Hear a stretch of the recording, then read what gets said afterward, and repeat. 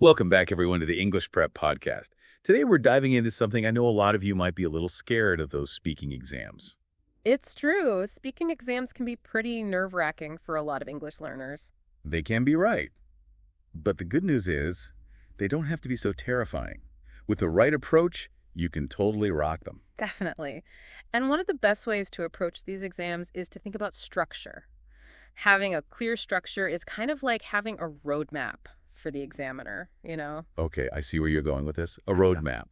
So it helps them see where you're going with your ideas and follow along with what you're saying. Exactly. And it helps make sure that your language skills really shine through. Because when you're not worrying about how to organize your thoughts, you can focus on using the best grammar and vocabulary you can.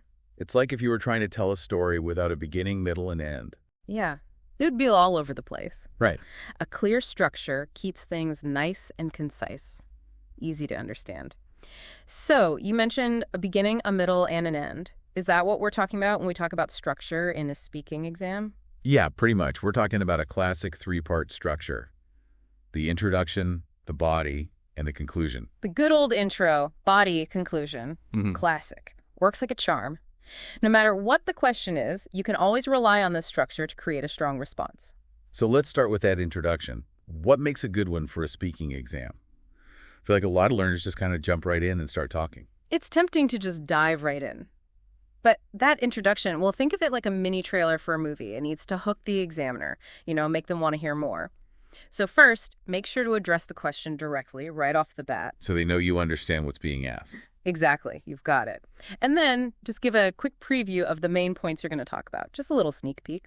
Okay, so kind of like saying, hey, here's what I'm going to talk about. Stay tuned. You got it. It sets the stage, shows the examiner you have a plan, and gives them a roadmap.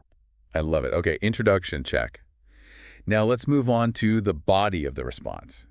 This is where we really get into the details, right? This is it. This is where you really get to flesh out your ideas. And remember, each of those points you mentioned in the introduction, each one gets its own little section, almost like a mini paragraph. So you're building up your argument piece by piece.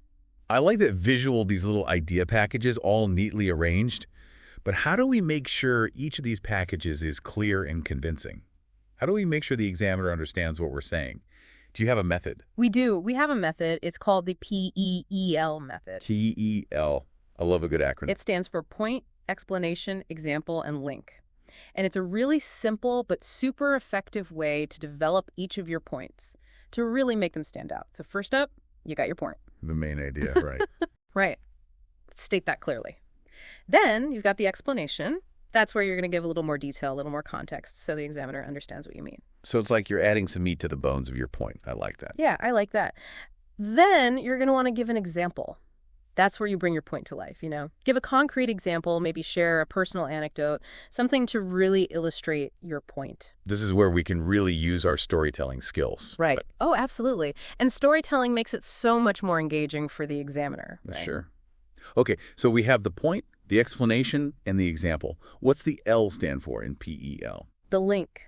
That's where you connect your point back to the original question. It might seem obvious, but sometimes when we're nervous, we can go off on tangents. Right, and we want to make sure we're answering the question. Yeah. So the link helps us stay focused. Exactly. It keeps everything relevant. So to sum up, we've got our introduction to hook the examiner, and we've got our well-structured body paragraphs using the PEL method to really flesh out our ideas. What comes next? Well, after all that amazing content, we need a grand finale, right? Yes, the conclusion. The conclusion. I think a lot of English learners think of this as just repeating everything they just said, like a summary. Yeah, and it's a bit more than that. You don't want to repeat yourself word for word, but you do want to reinforce your key points, give the examiner a sense of closure. Okay, so how do we create a conclusion that's more than just a summary? Well, a good conclusion will have three parts. First, a brief summary of your main points, just the essence of what you talked about. Got it. And how do we make it brief? You can use phrases like to sum up or, in short, to signal you're wrapping up. Keep it concise. Okay, concise summary. Got it. What's next? Then restate your answer to the question, just a quick reminder of your main point. And finally, and this is the fun part, end with a thought-provoking closing statement. Okay, a thought-provoking closing statement. What do you mean by that? This is your chance to leave a lasting impression. Maybe share a prediction or a suggestion, or even pose a question that goes beyond the scope of the original question, something to get them thinking. So it's like adding a little cherry on top. Exactly. Shows you can think critically and go beyond just the basic answer. So there you have it. Structure. It might seem simple, but it makes a huge difference. It does, right? I feel like having this clear framework in mind takes away some of the fear of the unknown. Like, okay, I know what to expect now. Exactly. And when you're less afraid, you can relax, you can focus on your language, and you can really shine. So true. But is structure really all it takes to ace a speaking exam? Well, it's a fantastic foundation, but there's more to it than just that. We've got a whole toolbox of tips and tricks to help you really stand out. A whole toolbox. Well, we're definitely going to need to open that up. I can't wait. We'll dive into that toolbox in part 2 of this deep dive. So, welcome back to the English Prep Podcast. Before the break, we were talking all about how a strong structure can really help you ace those speaking exams. We were talking about introductions and body paragraphs and conclusions. But like we were saying, there's more to it than just having a good framework, right? Right. There's definitely more to it. I think one thing that trips a lot of English learners up is the fear of making mistakes. The fear of making mistakes. Yeah, that can be a big one. I remember one time I was giving a presentation in English, and I just completely blanked on a keyword. I just froze up. I didn't know what to do. Oh, I totally get it. We've all been there. But here's the thing. Examiners know you're not a native speaker, right? They're not expecting you to be perfect. What they're really looking for is your ability to communicate effectively, even if you make a few little mistakes along the way. So it's more about showing what you do know, rather than being terrified of getting something wrong. Exactly. And actually, those little mistakes, they can be really valuable learning opportunities. The important thing is to not let them derail you. Keep talking, keep going, and focus on getting your message across. That's good advice. But it's easier said than done sometimes, isn't it? Especially when you're feeling nervous. So do you have any tips for staying calm under pressure? Like, how can we keep those nerves from taking over? Well, one of the best ways to combat those nerves is to practice. The more you practice, the more confident you'll feel. Practice makes progress, Yeah. right? But how can you practice for a speaking exam? You don't exactly have an examiner on call, do you? That's true, but you can create those practice opportunities yourself. You can find a speaking partner, like a friend, a teacher, or even another English learner, and you can do mock exams together. Like a dress rehearsal. Exactly. You get used to the format, the timing, everything. And don't forget about everyday conversations. Those are practice opportunities too. Chat with your friends, family, even strangers if you can, in English. Watch movies, listen to podcasts. Just immerse yourself in the language as much as possible. It's all about making English a part of your daily life, right? The more you use it, the more natural and comfortable it will feel. Absolutely. It's like working out a muscle. The more you use it, the stronger it gets. And the stronger your English muscles are, the more confident you'll be in any speaking situation. Okay, so we've talked about practice. We've talked about mistakes. What about the content of our responses? What can we do to make our answers really stand out, to really impress the examiner? Yeah, good question. Because we know the structure is important, right? But what about the language we use within that structure? Well, one thing that examiners really love to see is a wide range of vocabulary. Don't just stick to those basic words everyone uses. Try to incorporate more sophisticated vocabulary and even some idioms. Okay, using more sophisticated vocabulary sounds good. But how do we do that without sounding unnatural or like we're trying too hard? Right. You don't want to sound like a robot. Think about the topic you're talking about and brainstorm some synonyms or related terms.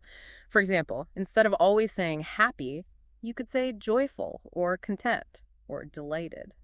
So it's about finding the right word for the right moment, not just using big words for the sake of using big words. Exactly. And don't be afraid to use some idioms and phrasal verbs too. Those can really add color to your language, make it more interesting. Just make sure you understand the meaning and use them appropriately. Good point. So vocabulary, check. What about fluency? A lot of learners I know struggle with speaking smoothly and confidently. Fluency is key. It's all about connecting your words and ideas seamlessly. One thing you can do to improve fluency is to practice speaking in longer chunks, rather than just short, choppy sentences. Okay, so instead of saying, I like pizza, pizza's good, we can say something like, I'm a big fan of pizza. I think it's one of the most delicious foods in the world. Exactly. And pay attention to your pronunciation and intonation, too. Record yourself speaking and listen back to it. You might be surprised at what you hear. It's like having your own personal pronunciation coach, isn't it? listening back to yourself. Okay, so much great advice. Any final nuggets of wisdom before we wrap up this part of our deep dive? Well, we've talked a lot about the practical side of things, but don't forget about the power of mindset. Believe in yourself and your ability to succeed. That can make all the difference. I love that. Confidence is key. Speaking of confidence, we'll dive deeper into that in part 3, along with some final tips to help you conquer those speaking exams. So, welcome back to the English Prep Podcast. We've been talking all about those English speaking exams, how to get ready for them. And, thinking about everything we've talked about so far, it really makes me realize that these exams are about way more than just, getting a good score. Oh, I totally agree. It's so much bigger than that, isn't it? It is. It's about becoming a more confident English speaker, period. Right. All these skills we've been talking about, the structure, being clear, using lots of different words, those aren't just for exams. They're skills you'll use all the time. Exactly. It's like you're learning tools you can use in all kinds of situations. Talking with friends, giving a presentation at work, you name it. I mean, think about it. If you can speak English confidently, it just opens up so many doors. Like, you can connect with people from all over the world so easily. Yeah, you can travel to new places and actually talk to people. And for a lot of people, it can even help them get a better job or, move up in their career. It really is like unlocking a whole new level of communication. And the best part is, all that work you're doing for the speaking exam, it's going to help you in other areas of your life too, right? Absolutely. And that amazing feeling you get when you ace a speaking exam? That feeling can really boost your confidence in all sorts of ways. It's like a chain reaction. You practice more, you get better at English, you feel more confident, and then who knows what you can achieve. Exactly. It's all about pushing yourself, getting out of your comfort zone and seeing what you're really capable of. I love that. But okay, let's be real. Even though we know all this, exams can still be super stressful. Yeah. So what advice would you give to someone who's really nervous about their upcoming speaking exam? Sometimes the simplest advice is the best. First of all, remember to breathe. Sounds silly, but it really helps. Just take a few deep breaths and try to relax. Take a deep breath. Good advice. And remember, everyone gets nervous before a test. It's totally normal.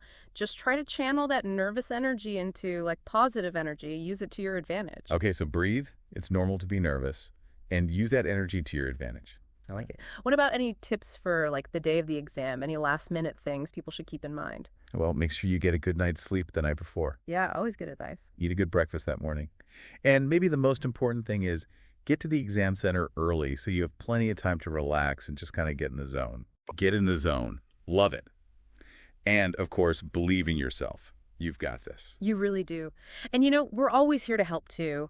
The English Prep Podcast has tons of resources on our website to help you get ready for those exams. We do. We've got practice tests, pronunciation guides, all kinds of stuff. And don't forget about all the other English learners out there. You can always talk to your teachers, your classmates, other people who are learning English. We're all in this together. So true.